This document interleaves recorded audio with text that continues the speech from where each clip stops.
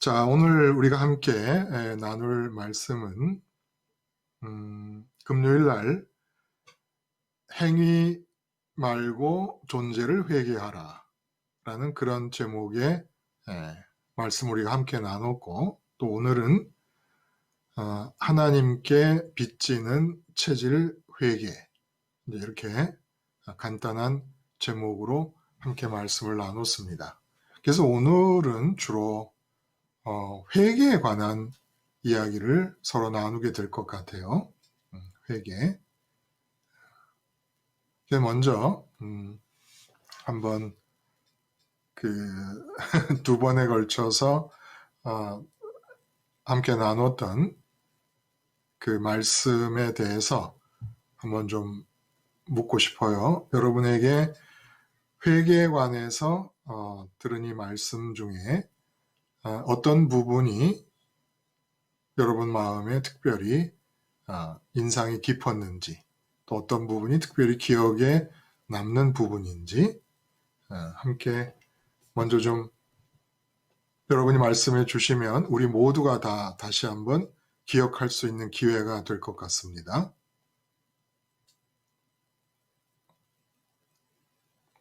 회개, 이게 우리 신앙에 굉장히 필수적인 그런 요소예요. 필수적인 요소라서 근데 또 하필 예수님께서 너무나 회개가 무엇인가를 명료하게 이해할 수 있도록 본문의 이야기를 해주셨거든요.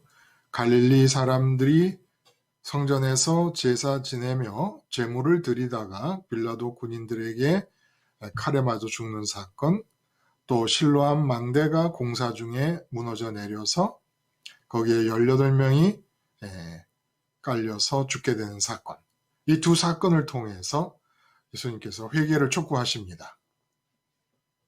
자, 어느 부분이 특별히 여러분 마음에 좀 남는 부분이었을까요?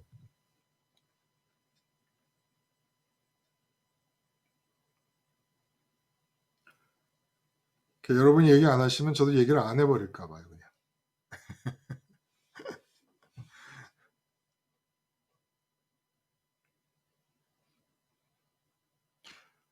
이게 제가 너무 설교를 못했나 봅니다.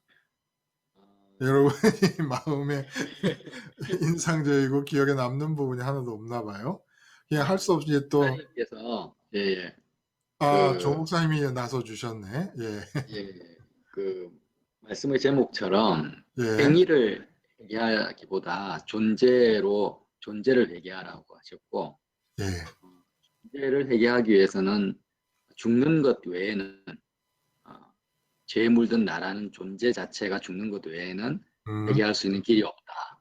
이렇게 말씀하신 그 내용이 아주 인상적입니다.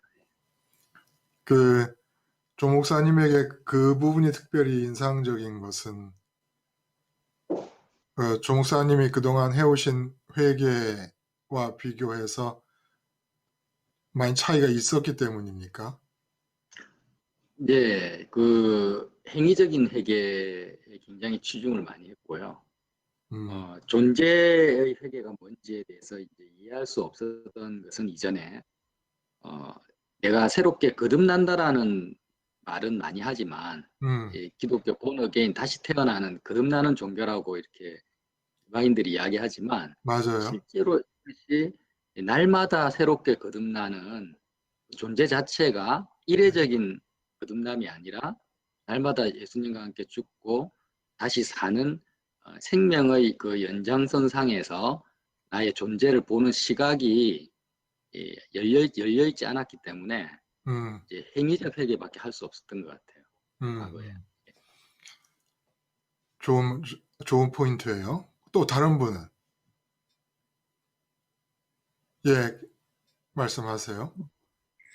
저는 빚지는 잔데 그것이 이제 하나님하고 나와의 관계에서는 무엇을 빚졌냐면은 주권을 침입하는 거. 네. 그러니까 제가 뭐 하나님한테 뭐 실질적으로 빚진 그런 이렇게 뭐 뭘까 이렇게 설교 들을 때는 너무 연결이 안 됐거든요. 내가 왜 하나님한테 무엇을 빚을 졌을까 했더니 음, 제가 하나님의 주권을 침입하는 것이 빚진 자라는 말씀이 저는 오늘 하루 종일 저를 사로잡았습니다. 아, 그 빚진다 그러면 우리는 이제 쉽게는 상식적으로 뭐 빌리는 것, 이제 꼬인다, 이렇게 꼬인다 그러나요? 꾼다 그러나요? 예, 이렇게 돈을 꾸는 것, 뭐 이런 것 정도로 생각을 합니다만은 사실은 빚진다라고 하는 말이 굉장히 광범위하게 쓰여요. 그래서 내가 손해를 끼치거나 내가 훼손했거나 남의 소유에 대해서 그런 것이 모두 빚진 것이기 때문에 하나님께 빚진다라고 하는 것은 더군다나 그것이 체질인 것인데 무엇을 빚졌다고 할 것인가 궁금하신 게 맞죠. 그 말씀을 이제 시작할 때 도대체 천지를 창조하신 하나님에게 우리 같은 미물이 도대체 하나님의 소유에 어떻게 손해를 끼칠 수가 있다는 것인가 궁금한 것이 맞습니다.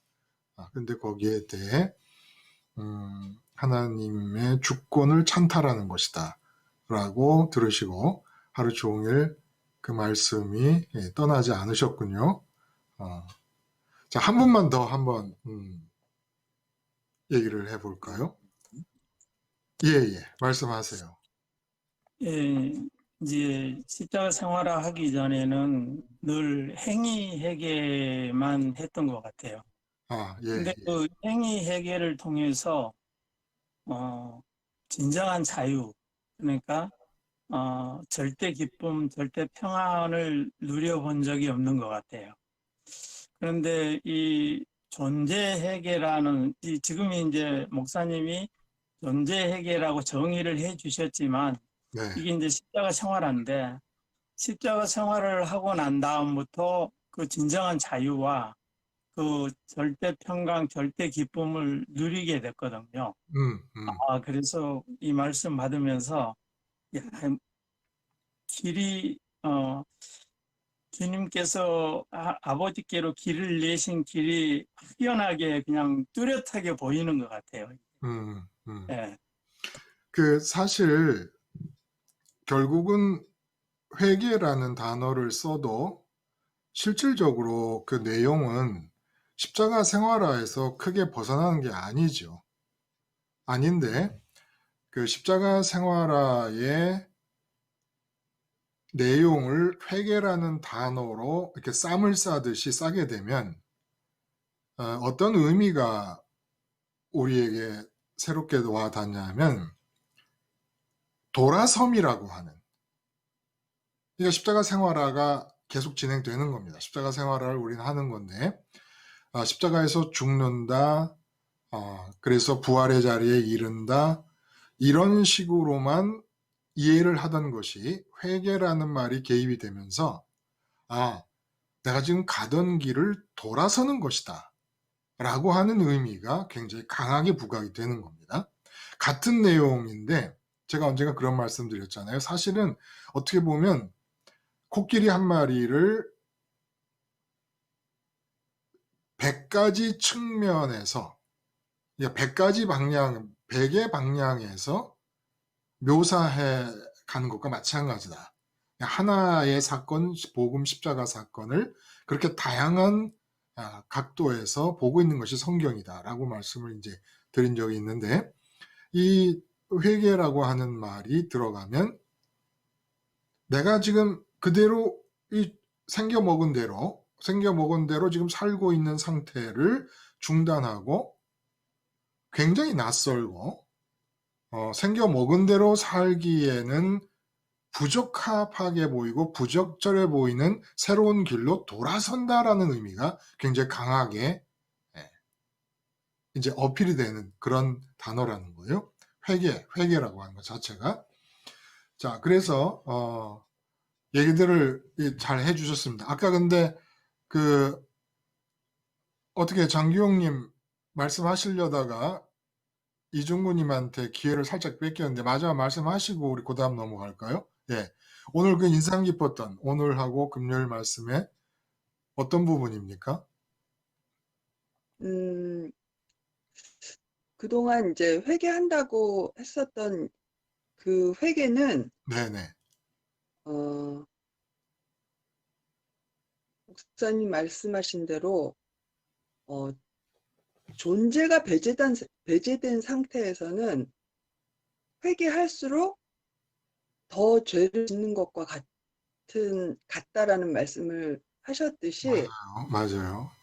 그게 정말 제 존재에 대한 회개를 하는 것이 결국은 십자가 생활을 쭉 이렇게 연결하는 것이고, 그 연결된 끝에는 그 존재의 회개에 대한 그 연결 끝에라야만이 네네. 진정한 평안을 누릴 수 있다라는 그 말씀이, 그러니까 예, 지금 말씀해 주신 내용의 포인트는 그 존재의 회개가 배제된 행위 회개는 할수록 오히려 죄가 되는 것이다.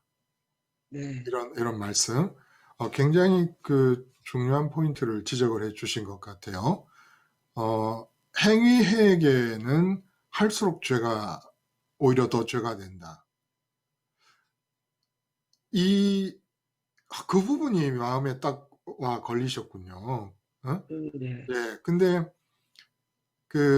왜 행위의 회개는 할수록 더 오히려 죄가 될까요? 죄가 사해지기보다는 왜 오히려 더욱더 죄가 그러니까 깊어지는 것일까? 그 사기 쳤던 예를 예, 말씀하셨잖아요. 예, 예, 예. 예. 근데 그 예를 들어서 마음속에 네네. 이미 어떤 그 내가 그 빗나간 그 빗나간 빗나간 체질을 소원. 가지고 예, 예. 빗나간 체질로서 어 하나님 앞에서 음 두, 그러니까 빗나간 체질이라는 거는 다른 게 아니라 이제 다른 것으로, 그렇죠. 네, 다른 것으로 만족과 기쁨을 누리려고 하는 그 마음을 가지고, 맞죠? 네네, 어, 이제 사기를 쳤단 말이에요. 예, 예. 그랬는데 그 사기친 거에 대한 그 표면적으로 드러난 거, 예, 예. 제가, 이렇게 돈에 욕심이 나서 이렇게 사기를 쳤습니다. 네. 용서해 주세요라는 건 표면적인 회개에 불과하다는 거죠. 예, 예. 이미 그 마음 가운데에서는 돈을 만족과 기쁨으로 가지고서 이제 나아갔던 거죠. 예, 예. 그러니까 예, 하나님 말고 다른 것을 좋아하고 있는 자기의 체질이 문제인 걸 모르고, 네, 예, 그 돈을 붙잡고 있으면서 사기를 친 것에 대해서 행위적인 회개만을 반복하면 내 체질에 대한 회개와 반성과 비판적 깨달음이 없으니까 그렇죠. 예, 하나님 말고 다른 것을 좋아하고 있다는 것에 대해서는 타치가 안 되는 상태니까 예, 오히려 행위의 회개를 하면 할수록 예, 이 안쪽에 존재의 문제, 체질의 문제 이 영역에서는 하나님 말고 다른 것을 좋아하는 게 점점 굳어지는 상태가 될 수 있으니까 네, 네, 네, 더 맞습니다. 위험해지는 거죠, 사실은. 예, 그러니까 행위만 개선하면 이쪽은 하나님 말고 다른 것을 향하고 있는 이런 체질은 문제가 없다는 확신이 점점 강화되니까 행위 체질을 그렇죠. 하면 할수록 그렇죠? 난 예, 이렇게 근데 더 본질, 네, 네, 행위 회개를 했으니까 난 괜찮아. 난 이제 됐어. 그러면 이쪽 체질적인 문제는 점점 더 굳어져 버릴 수밖에 없게 쉽게 되잖아요. 그렇죠? 네네. 예. 근데 마음속 깊은 저의 죄성이나 예. 원죄나 예. 어, 뭔지. 네, 원죄나 그런 걸 봤을 때는 이미 제 마음속에는 그 하나님 아닌 다른 것으로 채우려 하는 그 본질적인 그 죄성이 있었던 거죠. 예, 맞아요. 그러니까 이제 그 한번 좀 얘기를 좀 시작을 해보면 대부분 조 목사님 일단 조응성님 자꾸 제가 습관이 참 이게 이런 습관도 이렇게 못 고치니 우리 체질이 이게 회개가 쉽게 되겠는지 모르겠습니다만 조응성님 우리가 이제까지 그 행위 회개를 할 때 주로 어떤 때에 행위 회개를 주로 하게 됩니까? 예를 들어서 이제 뭐 사고나 사고. 상황이 힘들거나 사건이 생겼을 때, 네, 아니면 눈에 보이는 어떤 그 문제가 생겼을 때, 사람 인간관계에서 이제 부딪힘이 생겼을 때, 네, 네. 그러니까 결국에는 이 세상살이에 대해서 트러블, 그렇죠. 충돌, 이런 것들이 있을 때 보통 회개가 많이 되죠. 예. 세상살이가 형통하지 못할 때, 그리고 세상살이의 불편한 상태가 되었을 때, 이제 그때 행위회개를 하니까, 결국 행위회개 말도 안 나. 행위회개의 목적이 그럼 뭐가 되는 겁니까? 조홍성님. 결국에는 이제 내가 살아가는 데 있어서 아무 문제가 없이 어, 어. 이렇게 형통함, 인간관계 속에서도 좀 이제 화평함, 원만한 관계. 예. 그런 부분들을 이제 추구하는 게 되는 거죠. 결국은, 그렇죠. 결국은 우리가 행위를 회개하게 되는 상황은 이 세상 삶이 막힘이 없이 평탄하게 되기를 바라는 마음으로 이제 행위를 회개하게 된다. 대부분 그럴 거예요. 그랬을 거예요. 그렇죠? 우리가 다 그랬을 거예요. 근데 그 회개라는 거를 생각하게 되는 상황은 언제나 그 어차피 마음의 불편함이나 그 평강이 깨어졌거나 할 때가 아니겠습니까? 그런 상황에서 회개를 생각할 수밖에 없게 되지 않겠어요?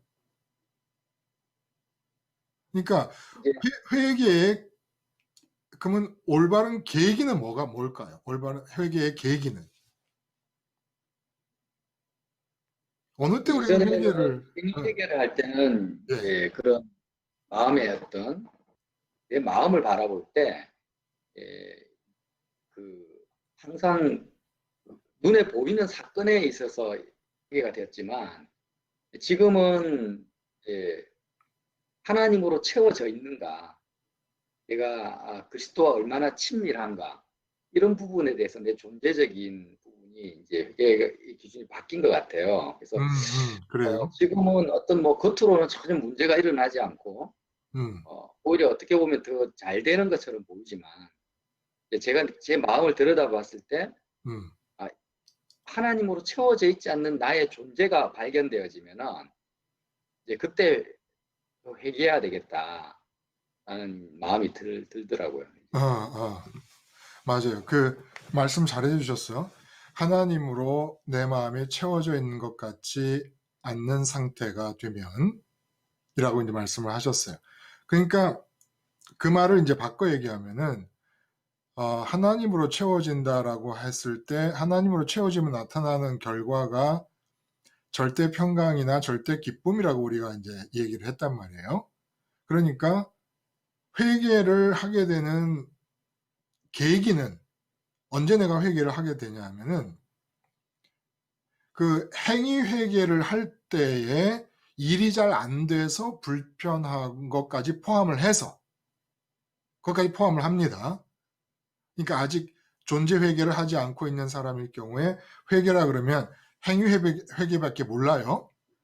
근데 이제 그런 사람의 경우까지 포함을 다 해서 마음이 평강이 깨지거나 기쁨이 깨지고 대신 불안함이나 두려움이나, 물론 행위 회개밖에 모르는 사람들의 불안과 두려움은 아까 이제 조홍성님이 말씀하신 것처럼 세상 일이 안 될까 봐 두렵고 불안한 거예요. 분명히. 그럼에도 불구하고 그렇게 세상 일이 안 될까 봐 불안하고 두렵든 하나님께로 가지 못해서 불안하고 두렵다는 것을 알든 하여간 회개는 어느 때 회개를 하는 것이냐? 평강이 깨어졌을 때, 기쁨이 깨어졌을 때, 이때입니다. 그러니까 절대 평강과 절대 기쁨이 유지되지 않고 있을 때. 근데 이제 행위 회개밖에 모르는 사람은 평강이 깨진 상태의 이유를 세상 일이 안 되면 평강이 깨진다고 보고 있는 것이고, 존재 회개를 알고 있는 사람은 내가 지금 평강이 깨진 것이 눈에 보이는 이유 때문이 아니라 보이지 않는 하나님이 종성님 말씀하신 대로 내 안에 안 계시기 때문이다라고 생각해서 존재 회개를 한다는 겁니다. 그런데 회개를 하게 되는 이유는 똑같다는 거예요. 불안함, 두려움, 걱정, 근심, 염려, 아까 말씀하신 대로 종성님 말씀대로 사고를 만났다. 그러면 그 사고를 만났기 때문에 고통도 되고 불안도 하고 두렵기도 합니다. 그러면 똑같이 행위 회개를 하는 사람이나 존재 회개를 하는 사람이나 그 이유가 된다는 겁니다. 다만 존재 회개를 하는 사람은 지금 내가 불안한 것이 사고를 만났기 때문이 아니라 종성님 말씀하신 대로 하나님과 거리가 벌어졌기 때문이구나 라고 깨닫고 하나님께로 거리를 좁히려고 회개를 하는 것이고, 행위 회개밖에 못하는 사람은 똑같은 불안인데 어느 쪽으로 나가느냐? 하나님, 내가 뭘 잘못했습니까? 다시는 이런 사고가 안 나려면 어떻게 내가 이제 행동을 바꿔야 됩니까? 이렇게 나간다는 겁니다. 그러니까 회개에 우리가 몰려가게 되는 이유는 절대 평강과 절대 기쁨이 깨지는 상태다 라고 분명하게 못을 박아도 될 것 같습니다. 그러니까 하여간 사실 따지고 보면 여러분, 그 창조주 하나님이 내 아버지라는 거를 이제 예를 들어 이중구님 믿으시잖아요. 그렇죠? 네, 창조주 하나님, 그리고 사랑의 하나님, 전능하신 하나님, 이런 속성들을 다 믿으시잖아요. 그렇죠? 네. 그 사랑의 하나님. 그러면 이중구님, 사랑의 하나님, 전능하신 하나님, 창조주 하나님이 내 아버지인데 기쁘지 않은 것보다 더 큰 죄가 있을까요? 없죠. 없죠. 예, 예. 내가 이 세상과는 상관없는 평강을 누리지 못하는 것보다 더 큰 죄가 있을 수 있을까요? 없는 거죠. 없죠.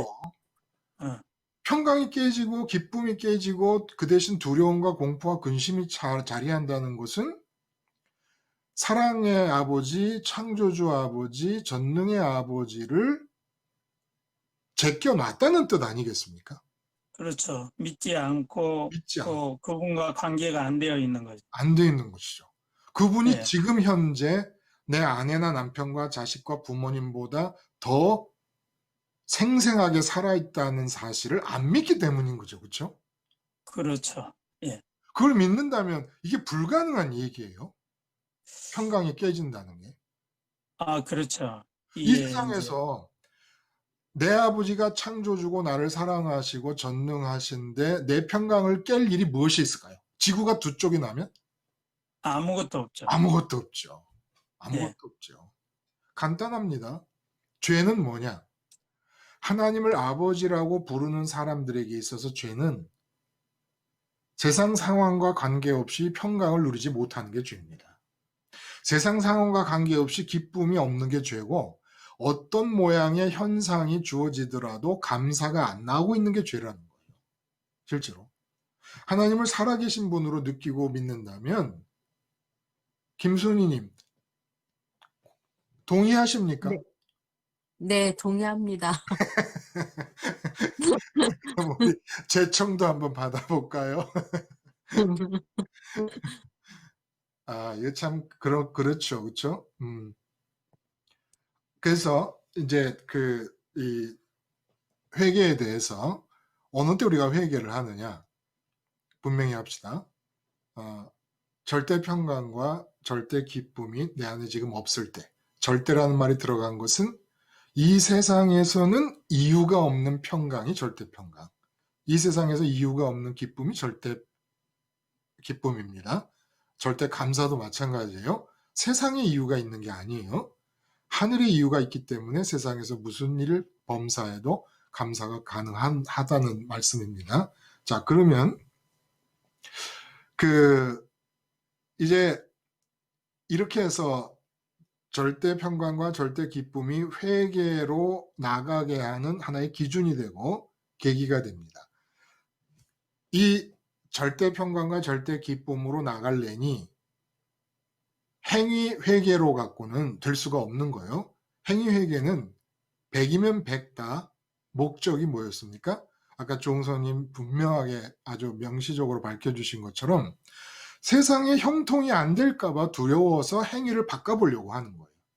그러니까 세상에서 이루고 싶은 것이 있는 거는 변함이 하나도 없어. 근데 세상에서 이루고 싶은 목적지로 가려고 하는데 뭔가 문제가 생기면 내가 행동을 바꿔야 되겠구나. 지금 같은 행동으로는 안 되겠으니까 그 목적지로 가려면 행동을 바꿔서 패턴을 바꿔봐야 되겠구나. 이런 식으로 회개를 해왔다는 겁니다. 이런 식으로 회개를 하는 것은 세상의 세상의 상황에 조건 지어지기 때문에, 세상의 상황과 세상의 상태에 조건 지어지기 때문에 절대 평강이 될 수가 없는 거죠. 절대 평강이 될 수가 없어요. 그러니까 이제 존재의 회개로 나갈 수밖에 없다는 거예요. 그러면 말씀을 기억하시는 중에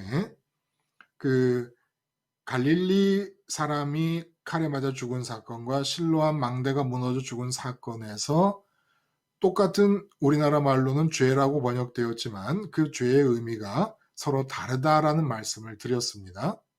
이거 어떻게 다른지 좀 말씀을 누가 한번 해보실래요? 우리 모두가 다시 상기할 수 있도록 어떻게 이 두 가지 죄가 다른지 어느 분이 말씀해 주시겠습니까?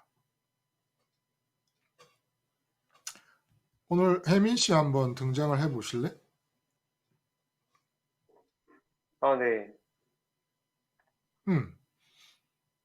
그 앞에 갈릴리 사람들이 칼에 맞아 죽는 사건에서 예수님 말씀하신 죄와 실로암 망대가 무너져서 참사를 당한 그 사건에서 말씀하신 죄, 그 두 죄가 어떻게 다릅니까?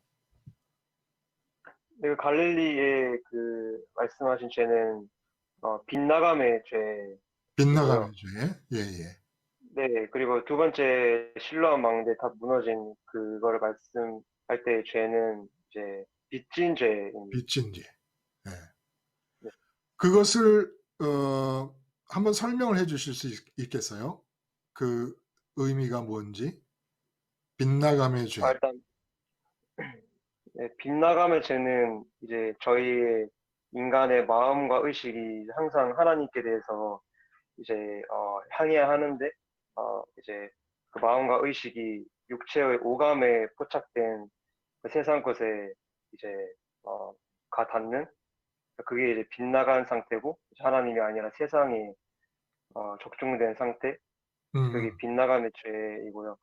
그 두 번째는 이제 이제 빛인데 이 세상에 하나님의 주권이 머리털 하나만치도 참새 한 마리만치도 주권이 미치지 않는 곳이 없는데 예, 예. 이제 우리가 그 하나님의 주권의 어느 한 부분에 손을 대는 그런 주권을 침탈하는 이제 주권을 하나님으로부터 빼앗는 그래서 이제 찬탈하는. 하나님께 네, 찬탈하는 그래서 하나님께 손해를 입히는 그런 예, 그게 빚진 빚짐의 죄. 예, 죄.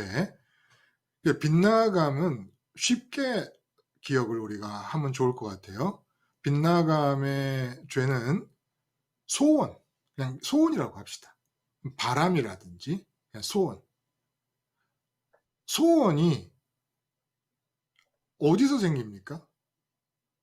우리의 소원이 마음에서 마음의 공백 부분에서부터 생기는 거예요. 그렇죠? 뭔가를 잡아당겨서 채우려고 하는 공백으로부터 이 소원이 생기는데 그 소원이라는 게 그러니까 흡입력을 화살로 보면 돼요.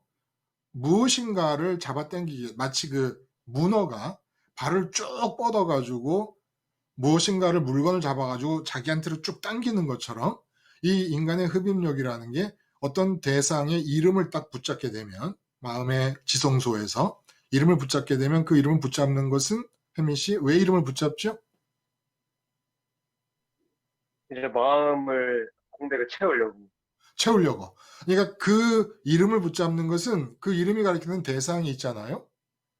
그 대상을 실제로 내가 가지면 마음이 채워질 거라고 믿기 때문에 여기 믿음이 작동하는 겁니다. 그 성전의 지성소 모양을 생각하면 돼요.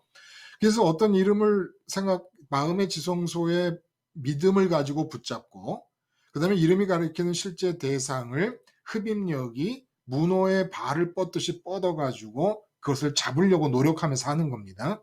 근데 이것이 관역을 잘못 향해 나가는 거.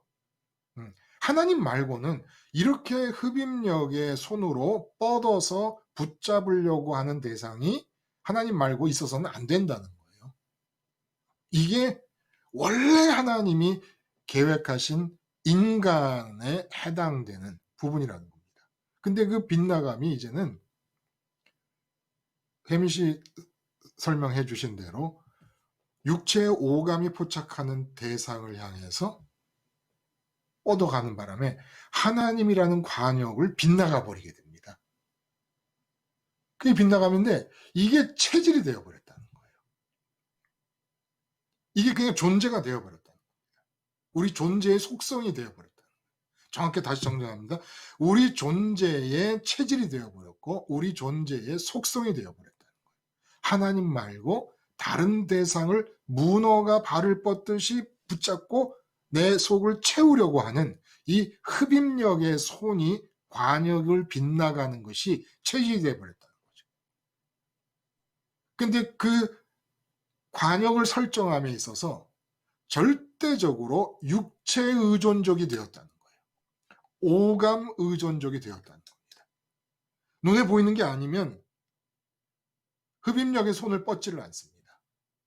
관역이 다 빗나가 버리는 거죠. 하나님은 눈에 안 보이시는 분인데 만져지지도 않고 귀에 들리지도 않는 분인데 그분을 향해 우리의 소원을 뻗어서 마음을 채우려고 해야 되는데 육체 의존적이 돼버리고 오감 의존적이 돼버리니까 오감이 보는 것 중에서 오감이 보는 상황 중에서 뭐 하나 마음 채울 것이 없을까 하다가 자식이 딱 걸리면 요거 봐라 해서 자식을 딱 붙잡는다는 거예요. 그리고 돈이 딱 걸려들면 돈 요거 봐라. 그러니까 돈이든 자식이든 건강이든 출세든 그게 무엇이든지 간에 문제는 이 체질에 있다는 겁니다. 육체 의존적이 되어버린 이 체질. 육체에 의존하지 않고는 관역을 찾지를 못하는 거예요. 관역을 못 찾아요. 꼭 육체에 의존되어서 육체의 오감, 눈과 귀가 보고 듣는 것 중에서만 관역을 찾는 겁니다. 그러니까 흡입력의 손을 뻗어서 붙잡을 관역을 찾는 거예요. 다른 건 못 찾는 거예요. 근데 하나님을 믿는다고 하면서도 사실은 이 관역을 못 찾고 살았던 시간이 너무 긴 거죠, 우리가. 절대로 예를 들어 한번 이렇게 해봅시다. 너무 심심하고 외로워요. 그런데 딱 마음에 떠오르는 사람이 한 사람이 있어.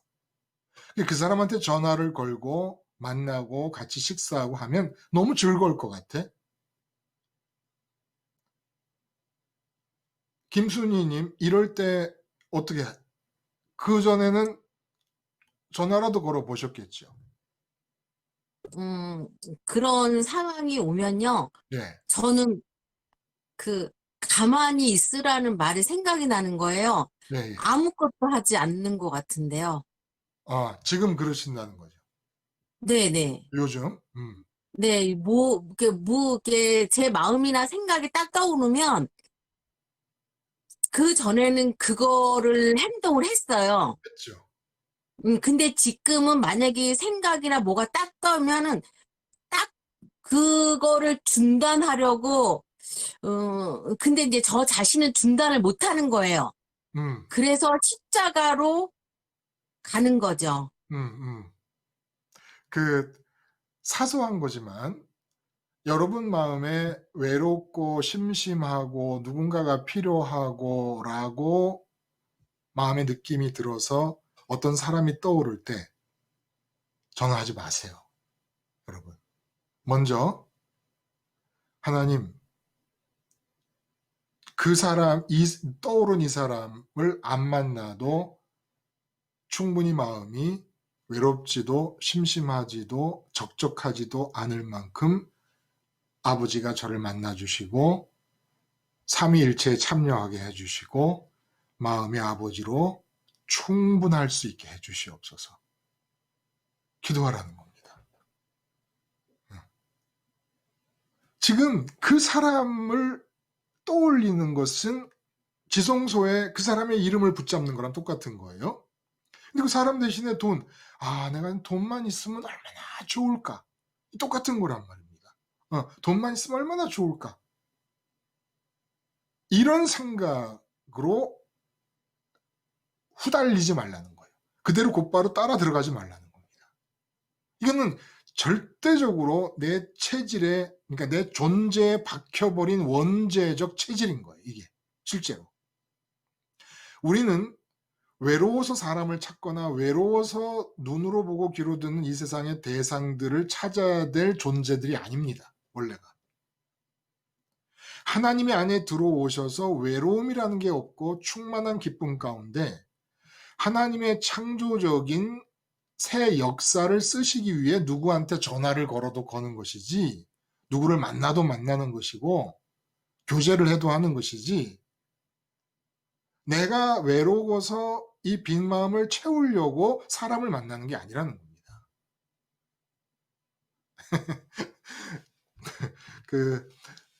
이제 성탄절을 앞두고 저기 지방에 계신 어떤 그 목사님, 사모님 내외분이 요만한 그 성탄절 케이크를 보냈어요. 그래서 제가 아니 뭐 이런 것까지 다 이렇게 신경을 써 주시느냐 그랬더니 목사님이 하시는 말씀이 목사님 뭐 걱정 마십시오. 우리는 그냥 태 목사님에 대해서 늘 죽으려고 애를 쓰고 있습니다. 걱정하실 거 없습니다.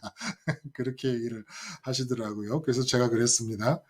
그 태 목사에 대해서 죽으셔야 태 목사하고 관계가 오래 지속될 수가 있습니다. 이렇게 이제 말씀을 드렸어요. 그러니까 혹시 뭐 궁금한 게 있거나 이래서 태 목사한테 전화를 걸려다가도 여러분 마음이 하나님으로 채워지고 충만해지지 않은 가운데 걸지 마십시오. 하나님으로 충만해졌는데 태 목사한테 전화 한번 해봐라 라고 하시면 하나님 역사할 거예요. 뭐 이렇게 말씀을 드리고 나면 안 그래도 안 오는 전화가 이제 뭐 더 안 오게 생겼네. 그러니까 이게 입을 조심해야 되는데 전화라도 받고 살려면은 입을 조심해야 되는데 이렇게 얘기해버리고 나면 절대평강 가운데 계신 분이 아니면 전화할 분이 아무도 안 계시잖아요. 그렇죠? 참. 어쨌든 그렇다는 거예요. 그러니까 작은 일에서도 그 절대 충만, 절대 기쁨이 생기지 않은 상태를 그냥 쫄쫄 따라가지 말라는 겁니다. 그렇게 하면 안 된다는 거예요. 하는 말씀이. 그래서 그 빗나감의 죄라고 하는 것이 우리 존재에 박혀 있는 원죄적 체질이라서 이것을 예민하게 보면서 계속해서 회개의 길로 나가는 겁니다. 그래서 내가 외롭고 적적하다 했는데 어떤 사람이 떠올랐다. 그 즉시로 회개하는 거예요. 이게 무슨 말이야 이게. 외롭고 적적하면 아버지가 떠올라야지 왜 그 사람이 떠올라? 그 사람이 하나님인가? 아니 외롭고 적적하면은 아버지가 떠올라야지 왜 어디 가가지고 무슨 뭐 공원 뭐 소풍을 갈까 뭐 이런 생각을 이게 왜 떠올라? 소풍을 가도 아버지로 채우고 가라는 겁니다. 아버지로 채워진 다음에 소풍 안 가도 되는 상황인데 아버지가 소풍 가라 하면 그때 가는 게 진짜 소풍이라는 거예요. 그래서 존재 회개라는 것은 존재를 완결시키라는 겁니다. 회개해서 존재를 완결시키라는 거예요. 존재가 완결된다는 것은 뭡니까? 빈 구석이 채워졌다는 겁니다. 내 인격이라는 존재가 완결됐다는 것은 빈 구석이 하나님으로 채워졌음이 완결된 상태거든요. 그러니까 무엇을 해도 좋다는 거예요. 무엇을 해도 좋은데 존재가 완결되지 않은 상태에서 존재가 채워지지 않은 상태에서 하게 되면 그것은 그것으로 채우려고 하는 게 돼버립니다.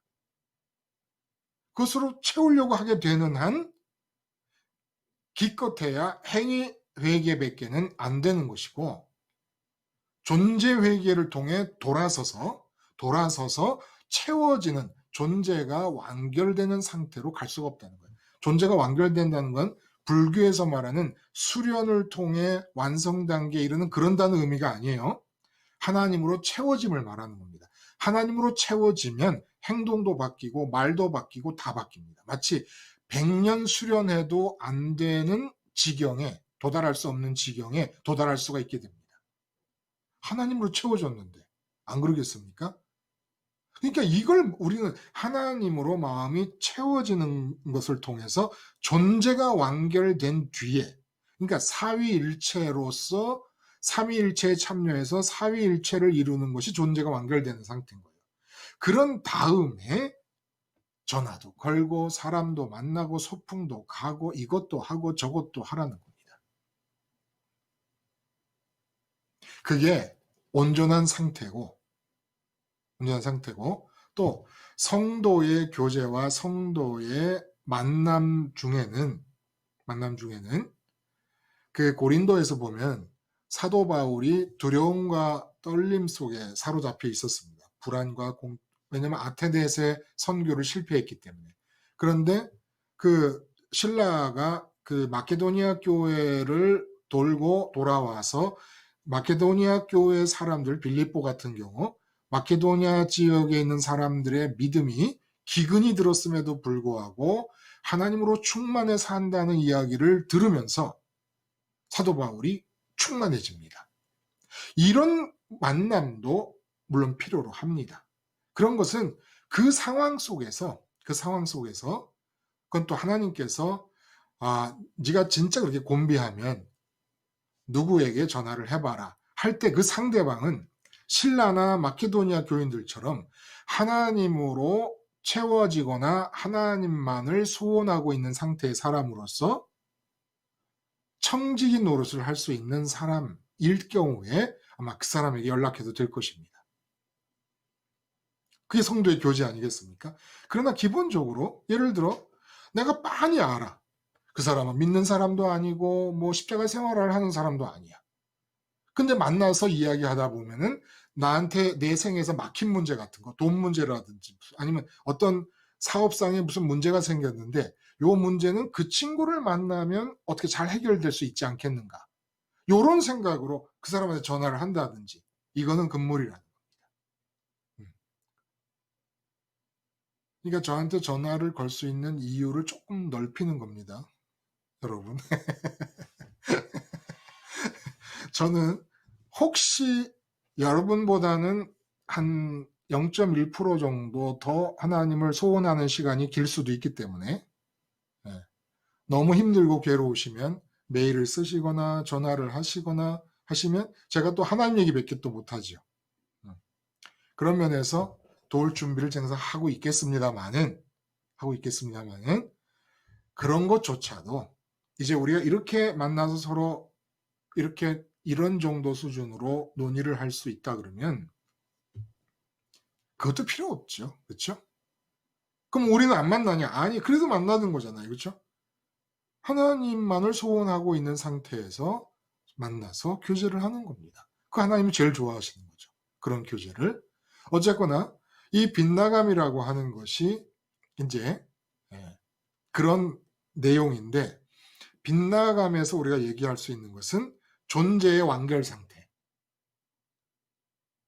마음 채움이 하나님으로 이루어진 상태, 이 상태를 이루고 나서 뭔가를 행동을 해 나가라는 거예요.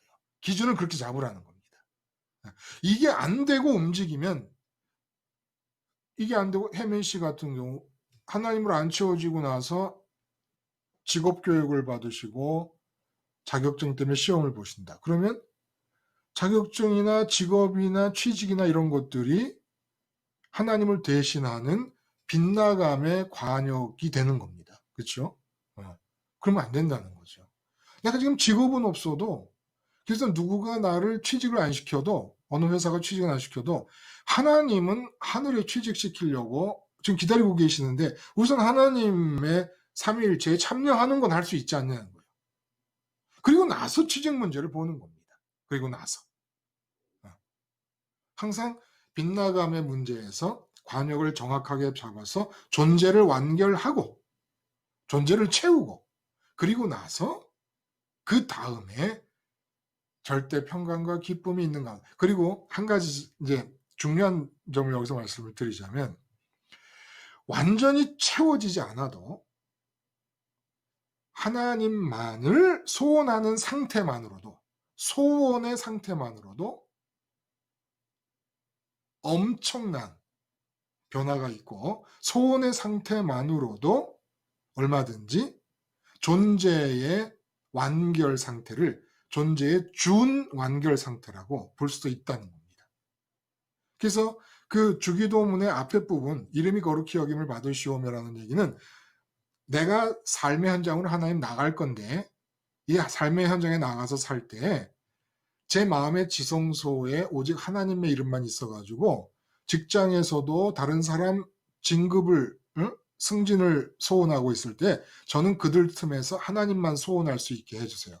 하나님만 소원하는 마음을 지켜주세요. 이 뜻이라는 겁니다. 그 주기도문 첫째 귀절이. 그러니까 주기도문을 하고 세상에 나갈 때 하나님, 내가 언제 어디에 누구 앞에 있든지 간에, 아내 앞에 있든 남편 앞에 있든 누구 앞에 있든지 간에 어쨌든 하나님만 소원할 수 있게 해주세요. 이게 이름이 거룩히 여김을 받는 거거든요. 주기도의 내용이 그거라는 거예요. 언제 어디서든지 소원만 하나님만 소원하게 되면 어떤 일이 일어나는 줄 아십니까? 그 현장에서 하나님이 임하십니다. 그래서 너희가 잡혀갈 때 무슨 말 할까를 걱정하지 말라. 성령께서 그 현장에서 너희가 할 말을 가르쳐 주시리라는 말씀이 무슨 얘기냐? 너희는 하나님만 소원하며 사방팔방을 돌아다니라는 겁니다. 그러다 붙잡혀 가면은 뭘 얘기할지 걱정하지 말라는 거예요. 그 현장에서 하나님만 소원하고 있는 너희들에게 그 현장에서 하나님이 하고 싶은 말이 있을 때 하나님이 내려오셔서 너희를 통해 하실 것이고, 하나님만 소원하고 있을 때 내가 학교를 갔는데 학교에서 하나님이 하고 싶으신 일이 있을 때 나에게 임하셔서 하고 싶은 일을 해 나가실 거라는 겁니다. 그러니까 이 빗나감의 체질을 제어할 수 있으면, 멈출 수 있으면, 회개할 수 있으면, 그래서 하나님만 소원하는 마음으로 움직이면 그때 현장에서 하나님이 임재하시는 거예요. 그때.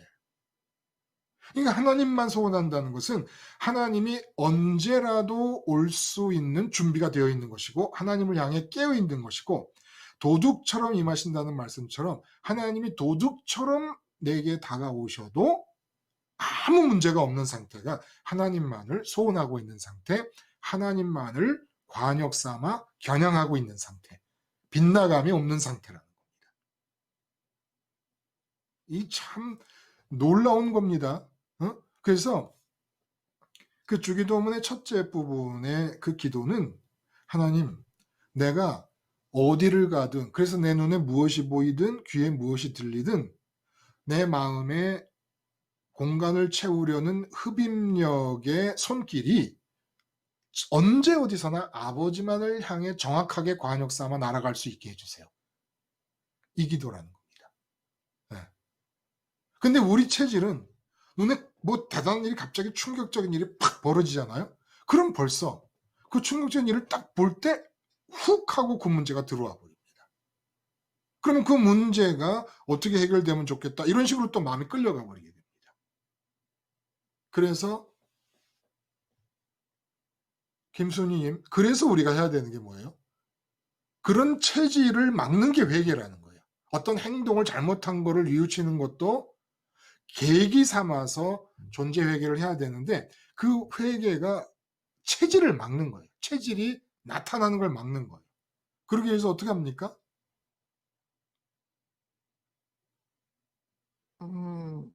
자의식을 해가지고 십자가에 가는 건가요? 그렇죠. 자의식을 해가지고 십자가에 가는 거니까 십자가에 가서 자의식을 얻는 거예요. 우리 마음이 십자가에서 예수님과 함께 죽었다는 자의식. 왜 자의식이라는 말을 쓸까요? 굳이. 자의식. 내 스스로 그거를 인정하는 거요?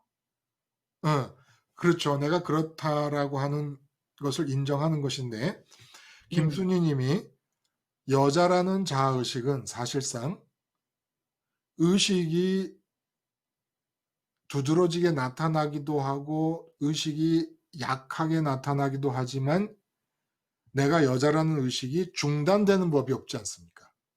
네. 그런 의미에서 자의식을 제가 자꾸 말씀을 드리는 거예요.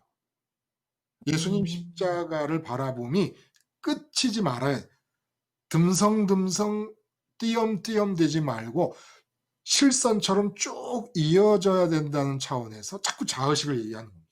김순희 님이 새 아이의 엄마라고 하는 자의식이 끊어지는 법이 없잖아요. 그렇죠? 네. 또 결혼해서 아내라는 자의식이 근데 이런 것은 끊어지는 한이 있어도 내가 예수님과 함께 십자가에서 죽은 자라는 자의식은 끊기면 안 된다는 겁니다. 네. 그게 끊기지 않은 상태에서 그러니까 우리는 어떻게 했냐면 내가 누구의 아내라는 의식이 끊기지 않은 상태에서 예수님과 함께 죽었다는 자의식이 듬성듬성 끊기고 있다가 예수님께로 자꾸 가곤 했단 말이에요. 근데 이제는 아내라는 자의식, 남편이라는 자의식, 엄마, 아빠라는 자의식이 끊기는 상태에서 예수님과 함께 죽었다는 자의식이 유지되는 가운데 남편을 만나고 어이 깜짝이야 내가 결혼한 여자였구나. 좀 과장해서 얘기하면 자식 눈앞에 나타나면 아이고 나는 예수님과 함께 죽은 자였는데 내가 자식이 있었구나. 이렇게 대해도 충분하다는 겁니다. 아니 충분한 게 아니라 이렇게 대해야 그 사랑관계가 하나님의 섭리와 하나님의 주권이 역사하는 현장이 될 수 있다는 거예요. 실제로. 그래서 억제하는 겁니다. 뭐를? 체질을. 빗나감의 체질을. 자의식, 예수님과 함께 죽었다는 자의식으로 쭉 억제해 나가는 겁니다. 왜 억제라는 말을 썼을까요? 이중구님, 왜 억제라는 말을 쓸까요?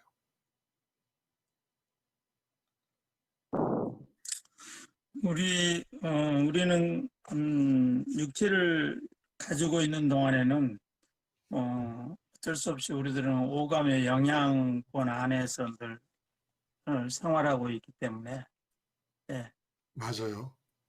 예. 이 육체의 오감의 종속됨이 없는 인간이 있을까요?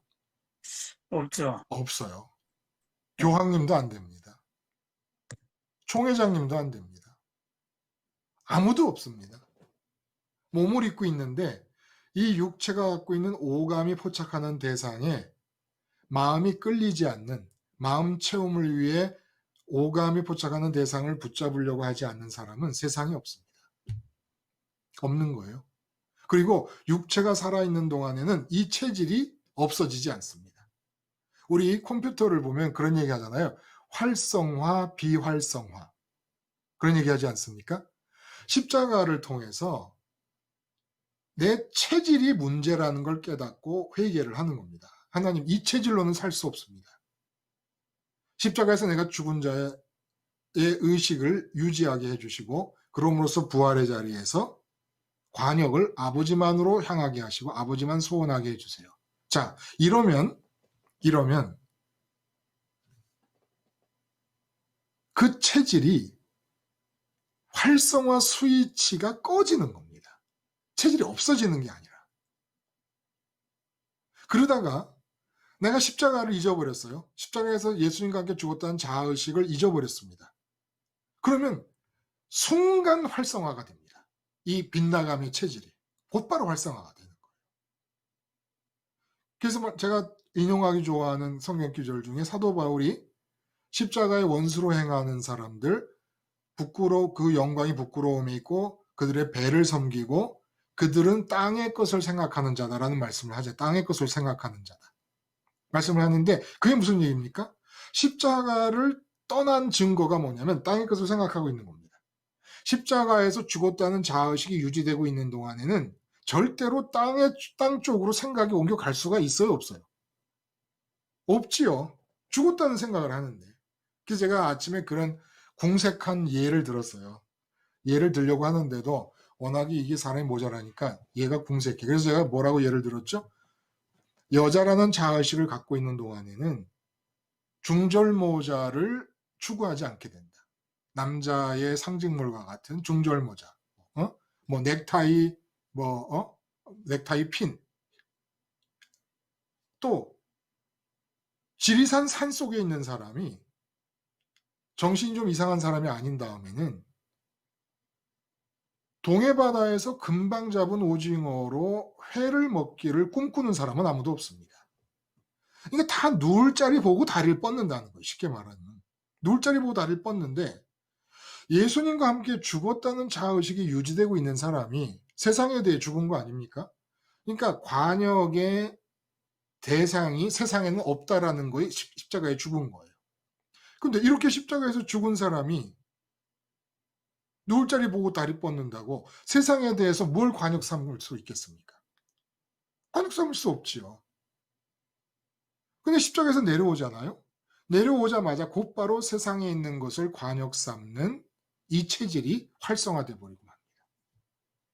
그러면 또 하나님이 그려놓으신 길에서 또 빗나가 버리는 거예요. 또 하나님이 그려놓으신 내 모습에서 빗나가 버리는 것이고. 그러니까 우리는 딴 거 하지 말자는 거예요. 어차피 내 인생은 내가 사는 게 아닙니다. 내 인생을 내가 산다는 것이 하늘에 있는 천사들이 볼 때 이 땅에서 일어나는 제일 괴상망측한 일입니다.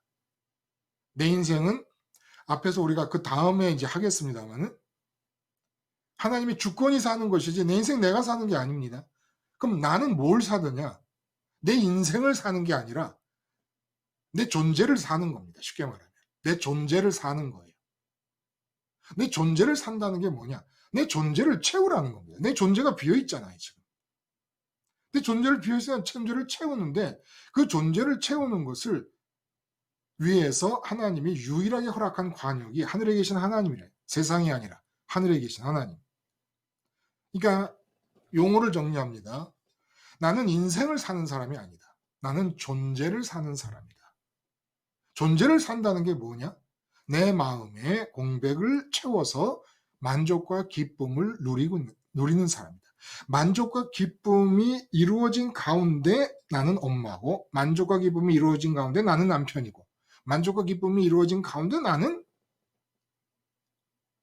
자녀고, 아내고, 남편이고, 부모고, 그렇다는 겁니다. 그러니까 만족과 기쁨이 이루어진 가운데, 우리 조집사님 얼굴이 보이네. 조성열님 같은 경우 공무원인 것이죠. 만족 기쁨이 이루어진 가운데. 예. 그러니까 우리는 존재를 사는 거예요. 존재를 살아서 존재가 채워지면 그 다음에 인생을 사는 것은 그렇게 존재가 채워진 나를 가지고 인생을 사는 것은 하나님이 하시는 일이라는 거예요. 하나님이. 여러분 한번 요렇게 나머지 인생은 요렇게 한번 살아보고 싶은 마음 안 드세요? 한번 해봅시다 우리. 응? 잘 되든지 안 되든지 해보지 않으면 모르는데 나머지 순간은 이제 한번 이렇게 살아보자고요. 나는 존재를 사는 사람이다.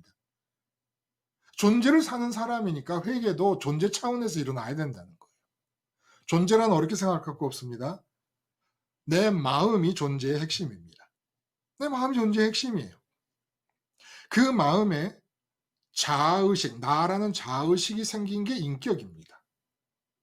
인격이 뭐냐 하면 막연해요. 인격이 인격이지 뭘 인격이 뭐냐고 물어보냐고. 인격은 인격인데 그러지 마시고 인간의 존재가 하나님 크기로 비어있는 마음인데 그 마음에 자아의식이 보태지면 그것이 인격이다.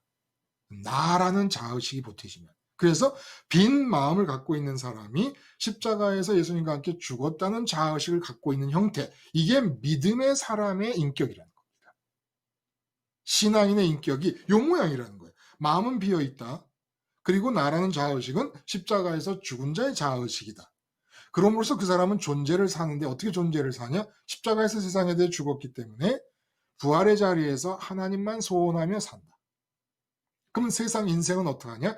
하나님만 소원하는 그 사람을 장갑 삼아 하나님이 인생을 산다.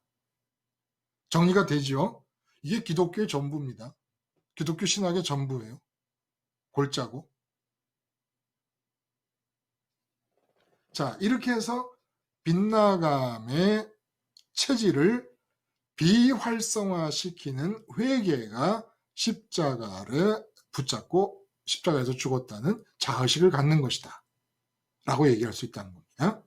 그래서 이 빗나감의 문제에서 특별히 존재를 산다라고 하는 이 말을 여러분이 기억해 주시면 좋아요. 빗나감을 회개하는 이유는 존재를 잘못 살았기 때문에. 우리는 세상 모든 사람들은 존재를 산다는 개념이 없이 자기가 인생을 산다고 그러고 있어요. 근데 사실은 존재를 사는 거예요. 왜냐면 세상 것으로 채우려고 하고 있으니까. 인생은 아니에요. 인생이 없는 거예요. 그 사람들에게. 사실은. 인생을 산다 그러지만 돈을 벌어서 마음을 채우려고 한다는 것은 인생을 사는 게 아니라 잘못된 존재를 사는 겁니다. 존재를 잘못 살고 있는 것뿐입니다. 인생이라는 건 이래도 저래도 인간에게는 주어져 있지 않아요. 우리가 살 수 있는 게 아니에요. 그러니까 제가 여러분들 세뇌시킬 정도로 말을 반복하고 있는 거예요, 지금. 인생 내가 사는 거 아니다라는 얘기를 지금 계속 아침부터 지금 반복하고 있는 겁니다. 절대 아니에요. 근데 너무나 당연한 것으로 30년, 40년, 50년, 60년, 70년을 살았기 때문에 인생 내가 사는 거라는 거예요. 내가 사는 중에 하나님을 믿든지 안 믿든지도 결정하는 것이고 뭐 이런 식으로 생각했으니까 이걸 뜯어 고치려면 얼마나 앞으로 더 이야기를 해야 될지 모르죠. 인간은 존재를 살 수밖에 없다. 인생을 산다고 착각하는 모든 인간들도 인생을 사는 게 아니라 존재를 잘못 살고 있는 것이다. 존재를 제대로 사는 방식은 하나님으로 마음을 채우려고 하나님만을 소원하는 것이 존재를 사는 것이다. 그러므로 회개는 존재 차원에서 일어나서 빗나감의 체질을 활성화 스위치를 꺼버리는 것, 이것이 바로 회개다. 자, 그 다음에 빚짐의 체질을 얘기를 해보죠. 아까 혜민 씨가 말씀을 해주신 대로 이것도 체질이에요. 빚짐의 체질. 아까 장기용님 이제 하나님께 빚을 진다라고 하는 것이 이제 무슨 뜻이냐라는 것이 궁금하셨다고 그러셨어요. 그렇죠? 사실 그 장교영님이 이제 말씀하신 것에서 좀 연장해서 얘기를 하자면 너무나 안 어울리는 말 같아요. 근데 예수님이 쓴 단어 자체가 그렇다는 겁니다. 빚을 졌다라는 단어를 쓰는 거예요. 아예. 이 빚을 졌다는 이야기를 명확하게 하시기 위해서 하나님이 주권적으로 일으키신 사건이 실로암 망대가 무너진 사건입니다. 네. 실로암 망대가 무너진 사건이 왜 빚을 지고 살고 있다는 인간의 체질을 드러내시려는 비유가 될까요?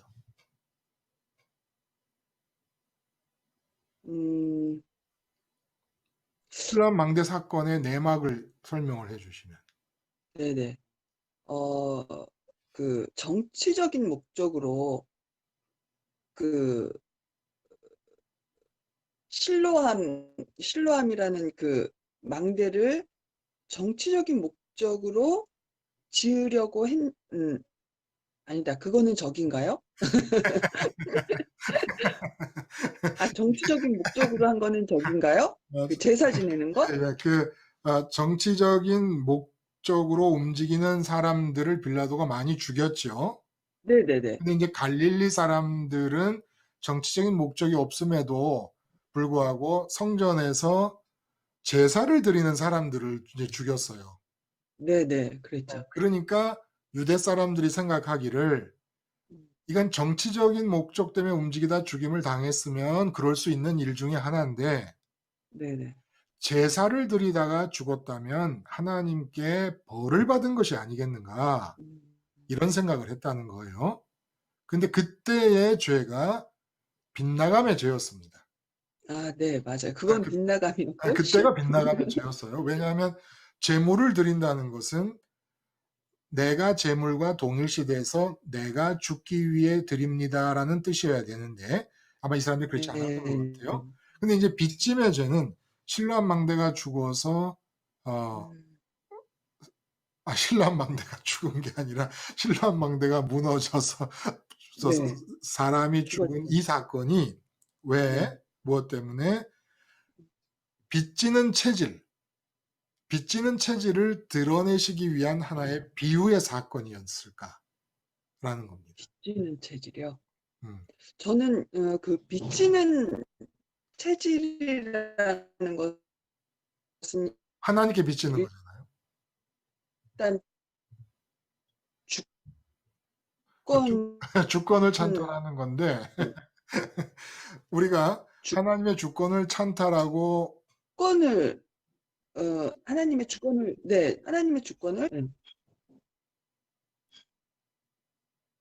제가 좀 더 문제를 설명을 할게요. 문제를 잘못 내는 거야, 제가 그러니까. 그러니까 하나님의 주권을 찬탈하는 것이 빚을 지는 체질로 사는 거예요. 네. 그렇죠? 하나님의 소유를 훼손하는 거니까. 네. 도둑질하는 거니까 빚을 지는 건데 근데 사람들이 모르고 있단 말입니다. 자기가 열심히 살아가고 성실하게 모범 시민으로 살고 있으니까 자기가 하나님에게 빚을 지며 살고 있다는 것, 하나님의 소유에 훼손을 끼치고 있다는 것, 하나님께 손해를 끼치고 있다는 것을 모르면서 사람이 살고 있어요. 내가 무슨 하나님께 빚을 졌어? 내가 열심히 회사에서 내가 승진하고 싶어가지고 내가 주도 면밀하게 계획하고 승진을 하려면 요런 과정을 밟으면 되겠구나라고 계획해서 요렇게 추진하고 살고 있는데 내가 이게 무슨 뭐가 잘못된 거야? 모르니까. 모르기 때문에 예수님이 보실 때 아버지가 주권적으로 실로암 사건을 만드셨다는 겁니다. 그래서 너희가 실로암 사건을 보느냐? 그래, 맞다. 실로암 사건에서 죽은 사람들이 다 재앙을 받아 죽은 건데 너희도 회개하지 않으면 안 될 것이다. 왜 실로암 사건이 사람들에게 우리가 하나님 아버지 거를 도둑질하고 있고 하나님 아버지께 손해를 끼치고 있다는 걸 가르쳐주는 사건이냐 이 얘기입니다. 실로암 사건이. 혹시 다른 분이 좀 도와주실 수 있겠어요? 대답을. 빌라도가 그 물 문제를 해결하기 위해서 수로를 만들고 거기에 망대를 지을 때, 네네. 이게 빌라도가 국고를 쓰지 않고 이게 성전에 헌금을 약탈해서 사용했기 때문에 맞죠. 하나님의 주권을 침해한 거죠. 그래서 그 돈으로 품삯을 받고 일했던 18명이 죽었던 이것을 통해서 하나님의 주권을 침해하는 죄악된 체질에 대해서 가르치고자 하는 말씀인 그렇죠. 것 같아요. 예. 그러니까 성전에 비축되어 있는 헌금은 우리가 쉬운 말로 그건 하나님 거야 라고 말할 수 있잖아요. 하나님 거라는 건 하나님께서 용도를 정하신다 이런 뜻이 된다는 겁니다. 하나님께 바쳐진 거니까. 그럼 하나님 거야. 근데 빌라도가 그거를 가져왔다는 거는 하나님께 손해를 끼친 겁니다. 하나님 거를 도둑질해 왔으니까. 이건 누구나 다 누가 봐도 명백하게 나타난 도둑질이잖아요. 하나님 것을 도둑질하는 것은. 근데 이 하나님 것을 도둑질해서 품삯을 받은 사람이 죽었단 말입니다. 그러니까 다른 사람들이 볼 때는 저 사람들은 하나님 거 도둑질한 사람들이니까 죽었어. 하나님 거 도둑질한 것을 품삯으로 받았으니까 빌라도하고 공범이니까 하나님 도둑질하는 거, 하나님 것을 도둑질하는 게. 근데 우리는 하나님 거 도둑질한 적이 없어. 그러는 사람들에 대해서 예수님께서 너희도 똑같이 성전의 돈을 도둑질한 빌라도와 공범인 사람과 마찬가지로 하나님 것을 매일매일 도둑질하고 살고 있어. 라고 말하는 것이라는 겁니다. 이 사건의 의미가. 네. 그러니까 남편, 자녀, 돈, 건강 이런 게 애초에 제게 아니었는데 응? 그러니까 제가 정말 도둑질을 해도 엄청 했더라고요. 그렇죠. 그렇죠. 그러니까 이것도 빗나감의 체질과 똑같이 공통적인 요소가 있는 거예요. 무슨 공통적인 요소가 있냐면 완벽하게 육체 의존적입니다. 오감 의존적이라는 거예요. 네. 오감에 종속되어 있다는 거예요. 도둑질도. 그래서 육체의 눈이 보는 것이 이렇게 있잖아요. 보는 것이 있으면 내가 눈으로 볼 수 있는 것 중에 하나님의 주권이 미치지 않는 게 있다, 없다? 없다. 없다. 없는데 하나님의 주권이 미치지 않는 게 없는데 내가 눈으로 보는 것이 있으면 이제부터 도둑질이 시작됩니다. 그것에 대해서 내가 판단을 합니다. 요거 봐라. 요거 봐라. 요거 뭐 요렇게밖에 못하지. 그리고 요렇게밖에 못하지 한 다음에 야, 너 일로 와봐. 그러면 되겠어? 이러면 되겠어? 하고 얘기 시작하는 거예요. 그럼 벌써 눈으로 보는 것에 대해 하나님이 주권을 갖고 내려다보고 계시는데 내가 끼어들어서 마치 그것이 내 주권 아래에 있는 것인 양 내가 관여하게 되면 그 대상에 대해 내려오시는 하나님의 주권을 내가 도둑질한 게 돼버린다는 겁니다. 그래서 굉장히 육체 종속적이에요. 네. 근데 이거를 아무도 이제까지 세상 사람들이 도둑질하는 거라고 생각을 하면서 한 사람이 없다는 거예요. 하나님을 찾는 사람도 일단 주권을 도둑질해서 내가 주권적으로 관여한 다음에 그 다음에 주권적인 주인의 입장에서 이 문제는 어떻게 해결돼야 될 거라는 것도 딱 정해놓은 다음에 그 다음에 하나님을 부릅니다. 그러니까 하나님은 주권이 없어요. 하나님은 그냥 램프 속 진입니다. 진이. 이제까지 믿음이 그랬다는 거예요. 이중근 님이 그 순복음교회 젊었을 때 다니시고 이러시면서 아주 그 하나님을 진이로 부리는 전문가 아니었습니까? 네. 완전히 그랬죠. 네. 안기용 님도 그랬어요? 저는 뭐 철저했죠. 이렇게 아니, 결국은 뭐 그때 알라딘이에요. 알라딘은? 알라딘. 그때 조홍성 님 은혜를 알라딘이 아닌 것처럼 싹 웃고 있어. 알라딘들 다. 이중훈 님 같은 경우는 특히 금요 철회하고 나서도 집에 가지 않고 집에 가지 웬만하면 또 오상리 기도원을 갔다면서.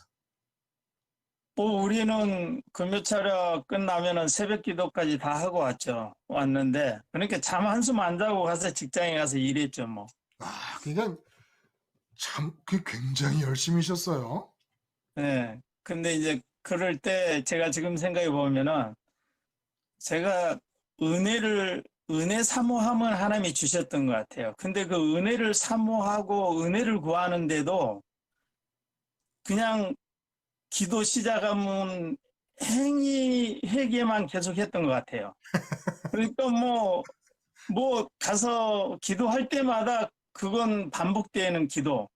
어렸을 때부터 지은 제 생각나는 거 그냥 계속 그 회개를 그렇게 오랫동안 해왔던 것 같아요.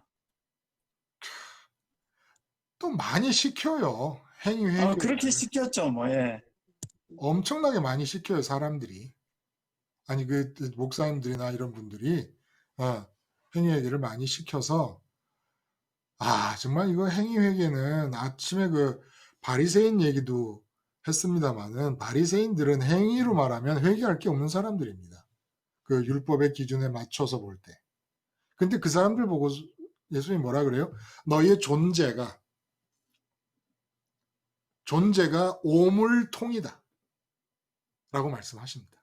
존재가 오물통이다. 참 신기한 거는 내 존재가 오물통이라도 행위가 깨끗하게 나올 수 있습니다. 그러니까 존재가 제대로 이루어지지 못할 바에는 자, 김순희님 질문 들어갑니다. 존재가 제대로 이루어지지 못할 바에는 행위가 깨끗한 게 유리하다, 행위가 더러운 게 유리하다. 오히려 더러운 게 유리할 것 같아요. 왜? 바리새인들은 존재가 더럽고 행위가 깨끗한데 행위 차원만 보고 있으니까 자기가 의인인 줄 알아요. 네. 이거 회개가 필요 없습니다. 근데 행위가 잘못 나오면 자기가 죄인인 것이라도 깨닫게 되잖아요. 네. 그러니까 존재가 제대로 돼서 하나님으로 충만한 사람이 율법을 어길 확률은 점점 줄어듭니다. 네. 그렇죠. 네. 그러니까 존재가 제대로 된 사람이 행위가 더러울 수는 없어요. 근데 행위가 깨끗한 사람 중에는 존재가 더러울 수 있는 사람이 얼마든지 있다는 겁니다. 네. 존재가 깨끗하면 행위가 더러울 수는 없다. 그러나 행위만 깨끗하면 존재는 얼마든지 더러울 수도 있다. 그러므로 행위가 안 좋고 윤리적인 수준이 바닥으로 내려가면 내려갈수록 뭐에 치중해야 된다? 김순희님? 윤리적으로 문제가 있고 행위가 제대로 안 나타나면 안 나타날수록 뭐에 치중하자? 행위에 치중하지 말고 존재에 치중하자. 체질, 존재 체질. 네. 마음의 체질을 십자가로 비활성화하는 회개에 치중하자. 네. 절대로 행위가 제대로 안 되고 윤리적 수준이 낮다고 행위와 윤리에 관심을 집중하면 더 악화됩니다. 그리고 윤리적 관심의 최선은 율법주의로 끝이 납니다. 행위 회개의 최선은 율법주의로 끝이 납니다. 아무 소용이 없는 게 되어버려요. 아무 소용이 없는 게 되어버려요. 그래서 어쨌든 빗나감이라고 하는 것도 이게 하나의 체질이 돼가지고 제가 아침에 그 일본 사람들이 식민지화한 거 그리고 로마가 이스라엘을 식민지화한 거에 비유를 했어요. 그만큼 대단한 일이라는 거예요. 그만큼. 혜민 씨, 옛날에 임금들이 가장 무섭게 처단하는 죄가 무슨 죄였습니까? 이 마이크가 제대로 안 들렸나 보구나. 혜민 씨. 네. 옛날에 임금들이 제일 무섭게 다뤘던 죄, 혹독하게 다뤘던 죄. 임금들이 가장 혹독하게 다뤘던 죄가 무슨 죄예요? 반역죄요? 삼족을 멸하는 죄.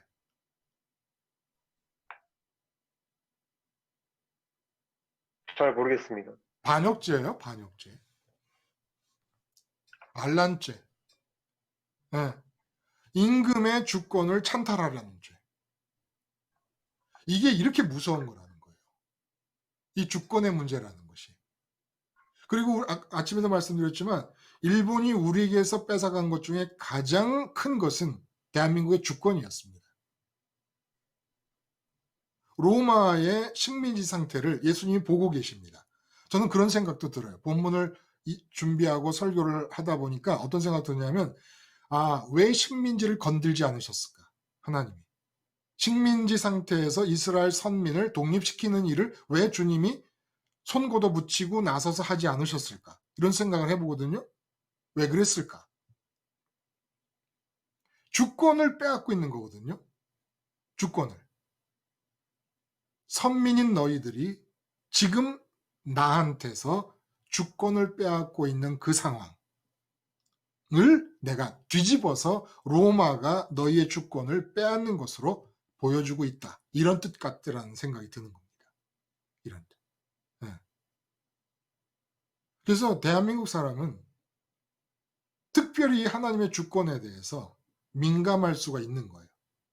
일본 식민지의 경험이 있기 때문에 그 일본 사람들이 대한민국의 주권을 뺏어감으로써 나타나는 일, 그리고 그 일본 사람들이 아직도 독도를 자기네 땅이라고 주장할 때마다 내가 얼마나 화가 나는가라는 걸 보게 되면 내가 하나님의 주권을 빼앗는 일이 일본 같은 정도가 대한민국의 주권을 찬탈하려고 하는 것도, 그것도 대한민국 영토도 아니고 조그마한 사람도 살 수 없는 독도를 자기 땅이라고 하는 것도 그렇게 화가 나는데, 천지를 지으신 하나님 아버지의 주권을, 매사에 임하고 있는 주권을 내가 다 그렇게 강탈해가면 그게 얼마나 큰 죄라는 것을 우리가 모르고 있는 겁니다.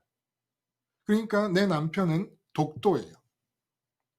그리고 나는 일본이에요. 하나님의 주권이 임해야 될 장소인데 나는 일본 사람처럼 그 남편이라는 독도가 내 거라는 겁니다. 내 거라는 것을 어떻게 표현하는 줄 아십니까? 남편에 대해서 내가 생각하고 내가 판단합니다. 자식도 내 독도예요. 나는 일본입니다. 엄마가 아니라 일본입니다. 사업도 마찬가지예요. 사업이 독도가 돼버렸습니다. 나는 일본이고 원래 사업은 누구 겁니까? 하나님 겁니다. 이 나라도 마찬가지예요. 먼 나라에 대해서 걱정들이 많아요. 제가 간절한 바람은 나라를 볼 때 먼저 제발 존재를 완결짓고 나라 일을 생각하라는 겁니다. 지금 내 존재가 비었어요. 내 존재가 지금 그 악한 체질에 의해서 완결되지 못한 채 빗나감의 체질과 빚짐의 체질을 그대로 활성화시켜 놓고 나라를 보고 있으면, 아니 무슨 대통령이 잘하면 만족하고 뭐 야당이 잘하면 만족합니까? 뭐 그런 데서 화를 내고 막 야단이 안 돼, 사람들이 다. 그러지 말라는 거예요. 일단 나를 완결시켜 놓고 보라는 거예요. 나라도. 그러면 나라에 대해서 하나님 뜻이 나를 통해 할 일이 있으면 하시겠죠. 전라도 분도 계시고 경상도 분도 계시고 그래요. 아직도 그런 생각에 사로잡혀 있다면 전라도적 경향, 경상도적 경향에 휩쓸려 가고 있다 그러면 이건 참 보통 문제가 아닙니다. 십자가 믿는다는 사람들이. 존재는 대한민국 사람도 아니고 전라도 사람도 아니고 경상도 사람도 아닌 거죠. 존재는 천국 사람인 거죠. 천국 사람인 거죠. 그렇게 존재가 완결되지 않으니까 세상 거에 관역이 빗나가 버리니까 그 잘못된 관역을 끌어당기다 보니 주권까지 훔쳐가는 거예요. 하나님의 주권까지. 그래서 좀 편하고 즐겁고 멋지게 살아봅시다. 어떻게 편하고 즐겁게 살아요? 회개해요, 회개. 존재 회개를 해요. 존재 회개를 해서 존재를 완성시킵니다. 그러면 내 눈으로 보고 있는 모든 오감의 대상들마다 하나님의 주권이 미치지 않는 게 아무것도 없습니다. 근데 또 간섭하려고 그래요. 또 간섭하는 건 어디서부터 잘못됐습니까? 또 그것이 독도라는 거예요. 또 내가 일본이 되고. 어디서 잘못된 거예요? 빗나감에서부터 잘못된 거예요. 아직도 세상에서 기쁨을 얻으려고 하고 있기 때문에 세상 것에 대해서 자기가 주체성을 활성화시키는 겁니다. 이게 무서운 얘기예요. 반드시 빗나감의 체질과 빚지는 체질은 연계작용을 일으킵니다. 빗나감이 앞서기 때문에, 빗나감이 앞서서 세상으로 파고들었기 때문에 빚짐도 세상으로 따라 들어가는 겁니다. 빗나감이 없이 하나님께 관역이 적중해서 하나님으로 만족하면 하나님 주권을 뺏을 일이 하나도 없습니다. 주권 도둑질할 일이 없는 거예요.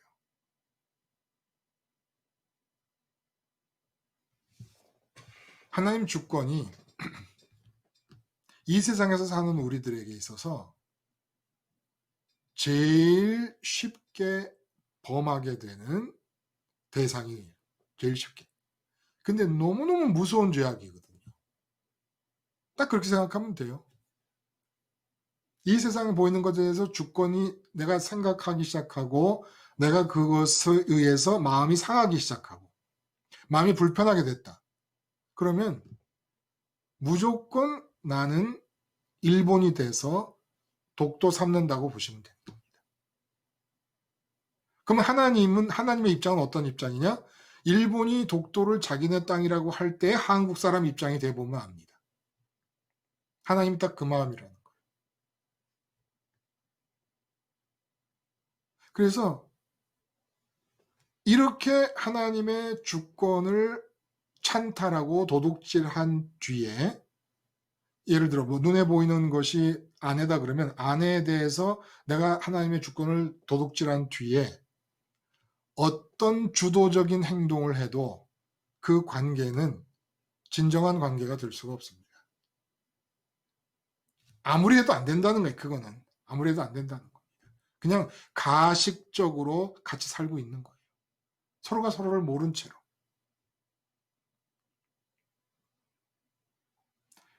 아침에 말씀을 드리면서 이제 회개의 실예를 한번 살짝 들었는데 여기서 한번 회개의 실예를 한번 들어봅시다. 사업을 하다가 본의 아니게 이 파트너에게 사업 동업자에게 내가 거짓말을 하고 사기를 치게 됐어요. 그래서 내 지분을 좀 더 가져가려고. 근데 이제 회개를 합니다. 이 사람이. 어떻게 회개를 해야 될까요? 내가 사업을 하다가 내 동료에게 사기를 치고 내 지분을 좀 더 가져갔어요.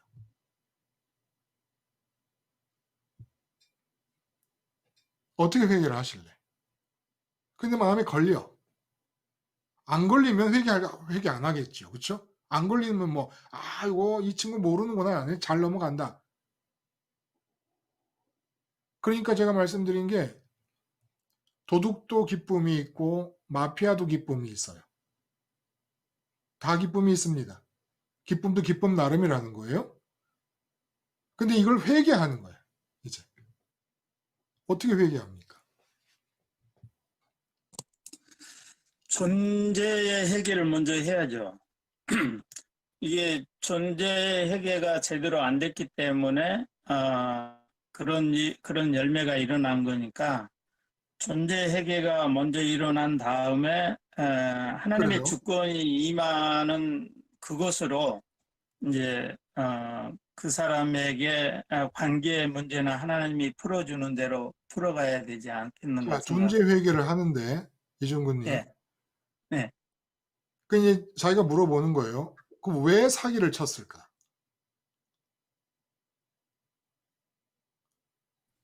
결국은 쳐야만 했을까? 존재 회개를 위해 필요한 질문이라는 거예요. 결국은 이제 오감에 매여 있으니까 세상의 어떤 기쁨을 세상의 것을 가지고 기쁨을 누리기 위해서 했던 그런 그렇죠. 사기니까. 예. 사기를 쳐서 내가 좀 더 갖고 가는 분량의 돈이 예, 내게 기쁨이 될 거라고 믿었던 거예요. 그렇죠? 예, 예, 예, 그거를 못 가지면 내가 너무너무 불만족스러울 것 같아. 예, 거기서 벌써 사기치는 일이 나타나는 거죠. 예. 그래서 존재 회개가 들어가면 하나님이 참 기쁨인 것이 회복될 것이고, 그렇죠. 이렇게 존재 회개를 한다는 것은 일단은 하나님이 참 기쁨이라는 전제가 되지 않으면은 그렇죠. 존재 회개로 갈 수 없을 것 같아요. 당연하죠. 존재 예, 회개를 할 수 있는 사람일 경우에 예를 지금 들어보는 겁니다. 네, 그러니까 그때 사기칠 그때 거짓말을 할 그 순간에 내가 사기를 쳐서 더 갖고 갈 그 돈이 왜 그렇게 크게 보였는지. 그게 오감이 먼저 그걸 포착하고 판단하고 그것이 더 기쁨일 거라고 생각했기 그래, 때문에 예, 그렇게 했죠. 그게 너무너무 탐스럽게 보이는 겁니다. 예, 예, 예, 그 점에서 그 순간 빗나감의 체질이 극대화돼서 활성화되고 있었는데 거기서 멈추지 못하고 그냥 내가 따라가 버렸구나. 네, 그런 예, 거죠. 그 욕심이 생길 때 얼른 화장실이라도 가가지고 아버지 내가 요 사기만 치면 내 것이 될 수도 있을 것 같습니다. 저 친구는 모르고 있으니까. 그러나 아버지 내가 요 돈이 전혀 아무것도 아닐 수 있게 아무것도 아닌 것처럼 보일 수 있게 아버지로 내가 마음이 채워지게 해주세요. 이 사기 치려고 하는 마음이 사라지게 해주세요. 아버지로 채워야 될 이 눈에 요렇게 탐스럽고 먹음직스럽게 보일 수가 없으니까. 따지고 보면 전부 존재에서부터 시작합니다. 모든 갖가지 행위가 존재에서 시작하지 않는 게 아무것도 없는 거예요. 실제로. 그래서 하나님으로 채워. 그러면 어떻게 배상을 할 거예요? 배상해 마라. 이중근님. 배상해야 되겠죠. 배상해야죠. 근데 배상이 아까워. 근데 결국은 하나님으로 채워지면은 맞아요. 내 가진 거 다 주더라도 그게 아까울 게 없죠. 그러니까 하나님으로 채워지는 회개가 됐다면은 그럼. 그 문제 해결은 아무것도 아닌 것 그게 같아요. 아직 주기가 배상하기가 아깝다면 예, 존재 회계가 안 이루어진 상태인 거예요. 그렇죠? 존재 회계가 이루어졌다면 배상 당연히 해야 되는 거죠. 자, 여기서 질문 들어갑니다. 사기를 당한 사람이 나중에 사기당한 걸 알았을 때 이 사기를 당한 사람은 회개할 필요가 전혀 없을까요?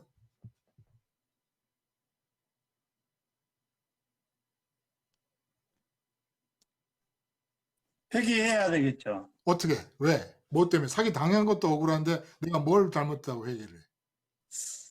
내가 사기를 당했다라고 생각하는 것 자체가 이미 그 돈으로 매어 있는 상태고 존재 회계로서 하나님의 기쁨이 안 되어 있는 상태고 내가 사기를 당했다 억울하다라는 것 자체가 이미 회개해야 될 상황인 거죠.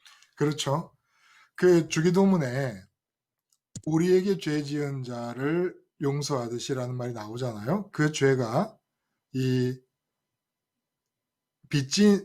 빚짐의 죄입니다. 그러니까 우리에게 손해를 끼친 자를 우리가 용서하듯이 우리가 하나님께 손해를 끼친 것을 용서해 주시옵소서 이런 뜻이란 말이에요. 근데 이 사기를 당한 사람 입장에서 이제 화가 나고 억울해 죽겠다는 감정이 생겼다면 당연히 회개를 해야 되는 거죠. 왜 그러냐?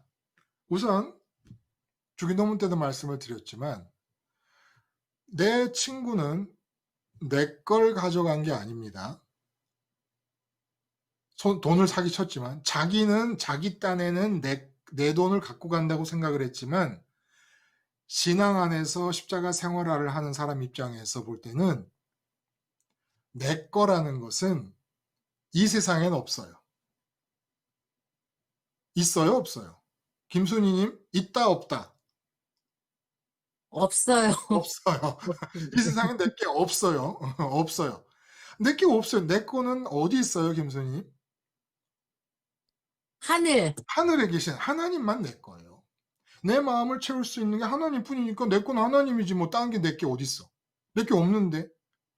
그러면 친구가 사기를 쳤으면 어떤 관점에서 봐야 되냐면 세상의 법, 세상의 재정법상으로는 내 명의하에 들어오는 거지만 그러나 신앙적 법으로 볼 때는 내 거는 하늘에 계신 삼위일체 하나님밖에 안 계시면 내 친구가 사기를 쳤을 때 그걸 바라보는 눈은 하나님, 왜 이 친구가 사기를 치는 일이 벌어졌을까요? 이렇게 봐야 된다는 거예요.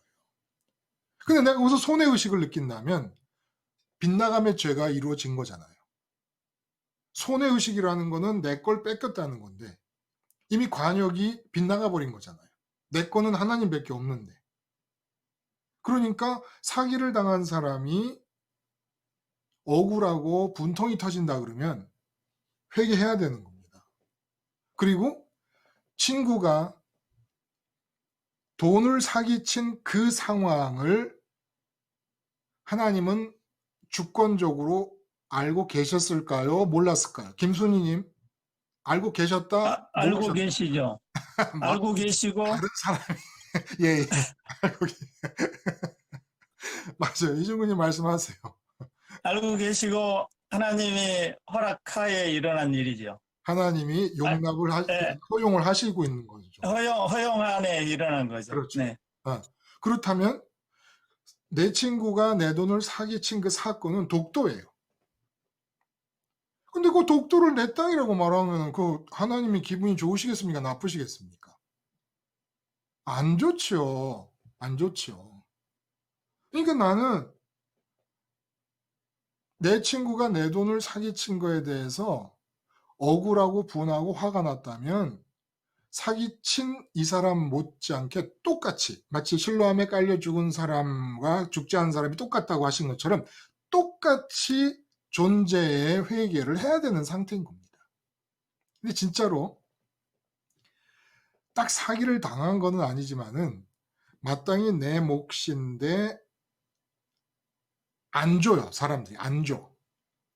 안 줄 때 얼마든지 가서 달라고 할 수 있는 것을 안 주려고 결정하는 것도 하나님이, 그러니까 쉽게 말하면 하나님의 영토인 독도다.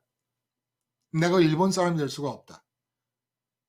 가서 내가 달라 그러면 그 독도가 내 땅이라 그러는 거죠. 그럼 안 된다. 그래서 내가 참아본 적이 몇 번 있습니다. 제가. 근데 이상해요. 예외가 없는 것은 아무 그 일과는 상관이 없는 여러 가지 경로를 통해서 하나님이 내가 마땅히 내게로 와야 될 그것을 잊어버렸을 때 그 이상으로 내게로 오게 하시지 그 아래로 밑돌게 하시는 적이 없다는 거예요. 절대로. 그러니까 재정적인 손해를 볼 때 두려워하지 마세요. 아, 요거 찬스다.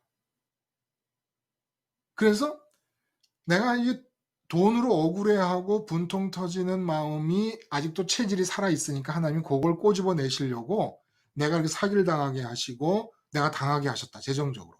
그러니까 얼른 요 찬스에 내가 존재 회개를 해서 그 돈 있어도 없어도 아무 상관이 없게. 그럼 거꾸로 이렇게 물어볼 수 있잖아요. 그러면 그 돈이 사기쳐서 빼앗긴 돈이 너한테 더 들어왔다면 넌 기뻐했겠네. 그러면 돈이 조금 더 들어왔다고 기뻐할 거였어? 그럼 하나님 때문에 기뻐하는 기쁨은 어디 가버리고? 이렇게 물어볼 수도 있는 거거든요. 그러니까 들어오건 안 들어오건 인생은 내가 사는 게 아닙니다. 인생에 돈 문제도 포함되어 있으니까 돈 문제도 내가 관여하는 거 아니라는 거예요. 나는 존재를 삽니다.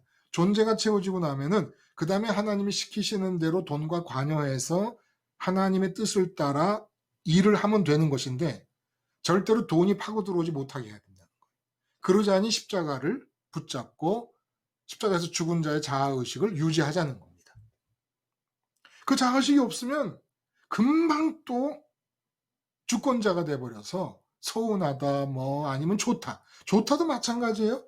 세상 것으로 좋아하면 안 돼요. 이미 하나님 것으로 충분히 좋아해서 더 좋을 필요가 없는 상황에서 세상 일을 했는데 세상 기준으로 볼 때 잘 될 수는 있어요. 근데 세상 것으로 기뻐한다. 이제는 좀 창피할 줄 알아야 된다는 거예요, 우리가. 세상 일이 잘 됐어요. 막 기뻐요. 근데 태목사가 하도 그러지 말라니까 아무리 안 그러려고 해도 막 삐죽삐죽 웃음이 나와. 이거 안 되는 거예요. 세상 것이 잘못됐을 때 슬퍼하는 거와 똑같이 실로암 망대에서 참변을 당한 사람과 안 그런 사람이 똑같다는 것과 마찬가지로 세상 일이 잘 될 때 기뻐하는 사람은 세상 일이 안 될 때 슬퍼하는 사람과 똑같은 죄인이고 똑같이 존재의 회개를 해야 되는 사람이라는 겁니다. 그러니까 세상 일이 잘 될 때도 회개는 이루어져야 되는 것이고 세상 일이 안 될 때도 회개는 이루어져야 되는 것이고 사기를 친 사람만 회개를 하는 것이 아니라 사기를 당해서 분통이 터지는 사람도 회개를 해야 된다는 겁니다. 그래서 이 회개를 우리가 이름하여 뭐라고 이름할 수 있겠습니까? 장기용님 힌트. 우리가 평강을 절대 평강이라 그래요. 기쁨을 절대 기쁨이라고 했습니다. 그럼 이제 이 회개를 어떤 회개?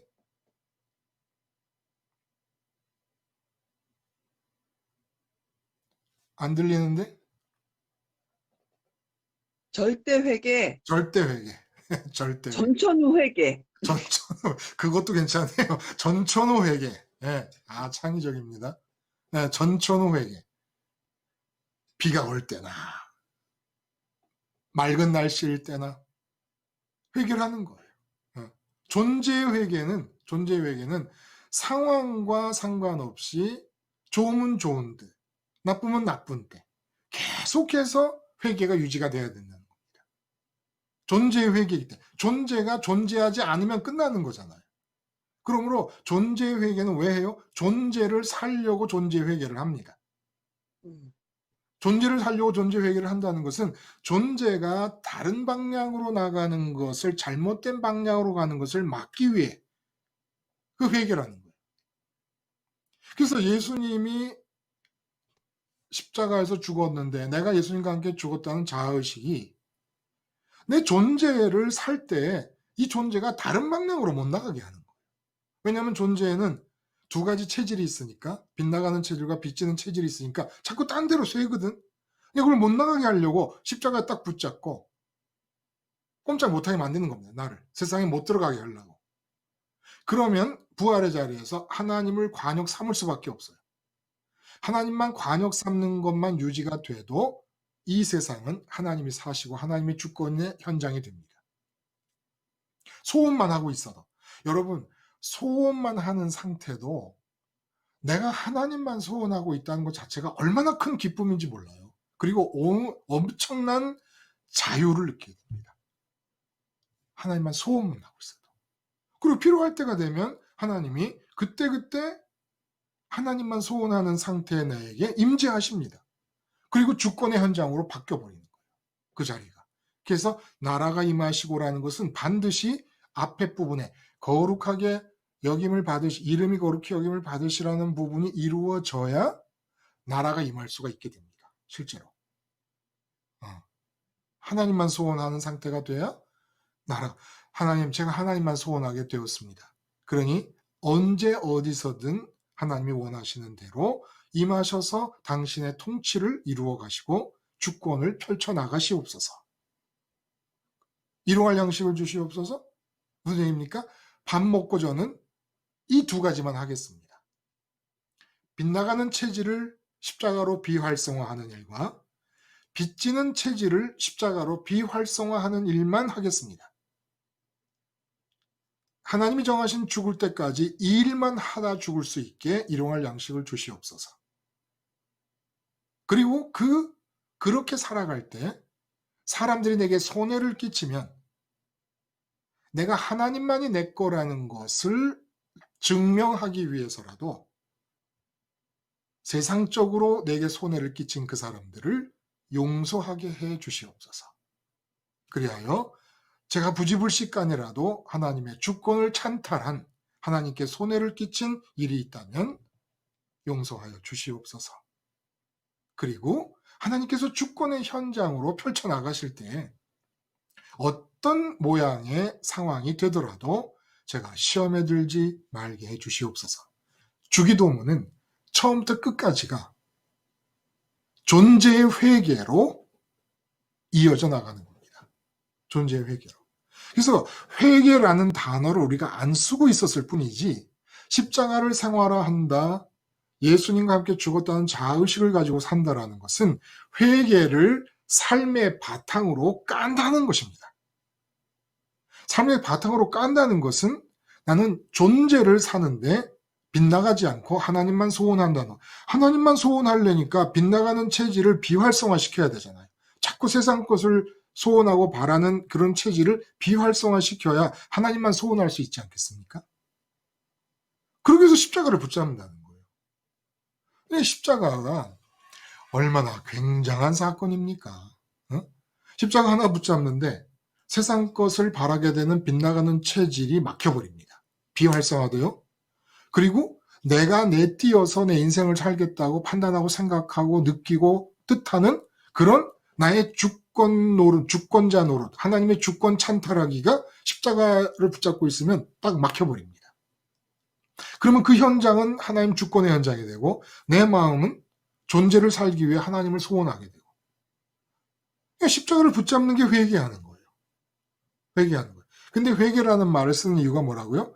십자가 붙잡으며 사는 삶을 살지 않았기 때문에 돌아서서 십자가 없이 사는, 십자가를 잊어버리고 사는, 십자가를 깜빡하고 사는, 십자가를 의식에서 놓치고 사는 그런 삶을 살다가 돌아서라고 하는 돌아섬에 강조점을 두기 위해서 회개라는 단어를 쓰는 것입니다. 회개라는 단어. 아시겠죠? 자, 시간이 많이 지났는데 삼중손해에 대해서 잠깐 언급하고 마치죠. 삼중손해. 이 존재 회개를 하지 않으면, 예수님과 함께 죽었다는 자아의식을 유지함으로써 존재 회개가 삶의 밑바탕에 깔리지 않으면 삼중손해를 보게 됩니다. 이 삼중손해에 대해서 누가 말씀을 해주시고 마칠까요?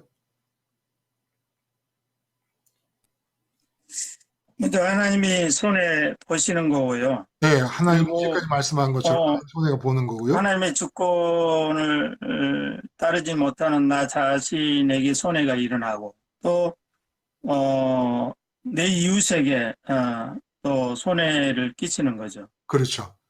하나님의 주권은 그냥 그대로 우리가 방해하지만 않으면, 하나님은 속성상 당신의 기준에 보시기에 좋지 않은 것을 못 만드시는 분이십니다.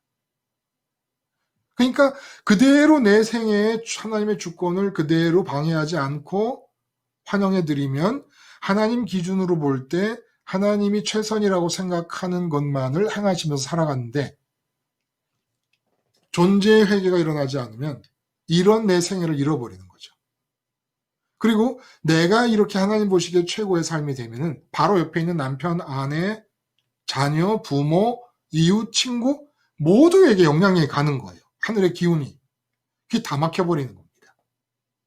그러니까 예수님 십자가 붙잡고 죽은 자의 자의식을 가지고 존재의 회개를 밑바탕에 깔므로써 삼중복을 받는 거죠.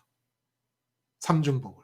하나님과의 관계에서 하나님을 갖게 되고, 하나님이 계획하신 내 인생이 형성되게 되고, 나와 측근에 있는 모든 사람들이 하늘 기운을 만나게 되는 복을 누리게 됩니다.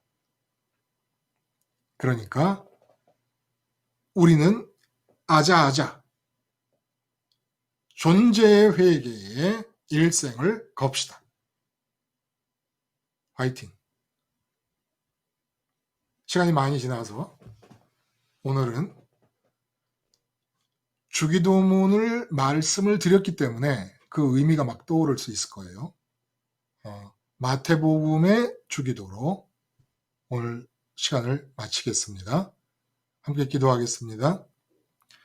하늘에 계신 우리 아버지여, 이름이 거룩히 여김을 받으시오며 나라가 임하시옵고 뜻이 하늘에서처럼 땅에서도 이루어지이다. 오늘날 우리에게 일용할 양식을 주시옵고 우리가 우리에게 죄 지은 자를 사하여 준 것 같이 우리 죄를 사하여 주시옵고 우리를 시험에 들게 하지 마시옵고 다만 악에서 구하옵소서. 너희의 나라와 권세와 영광이 아버지께 영원히 있사옵나이다. 아멘. 아멘. 여러분 감사합니다. 감사합니다. 네. 수고하셨습니다. 감사합니다. 네, 또 다음 안녕하세요. 주에 감사합니다. 네, 들어가십시오. 수고하셨습니다. 네.